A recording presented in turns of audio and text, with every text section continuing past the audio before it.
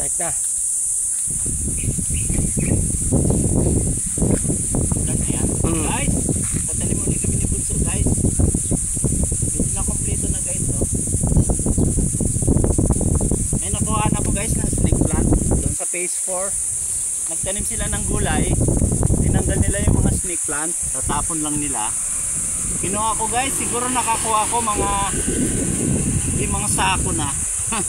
Ito guys yung iba oh. Ito yung iba guys. Yung iba andun sa kanto.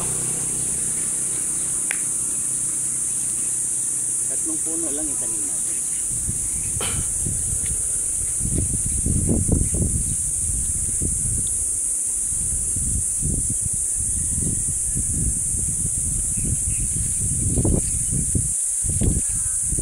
So may anak pa guys oh. Jogging pala ako guys kaninang maga. Tapos ko lang mag-jogging.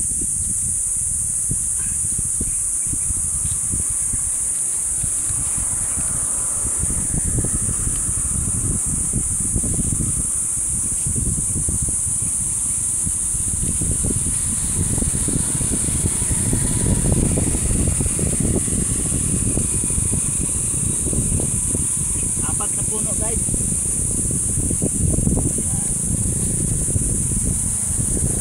Abutin mo nga yung ano Tupa.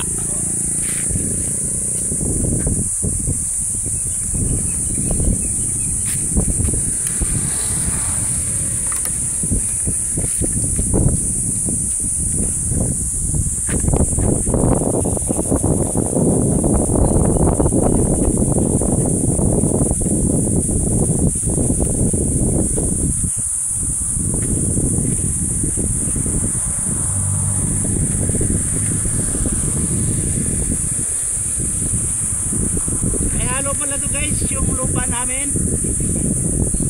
May dumi ng baka kasi maraming baka roon guys sa daanan. Pwede kumuha mga biyo na guys. Guys oh.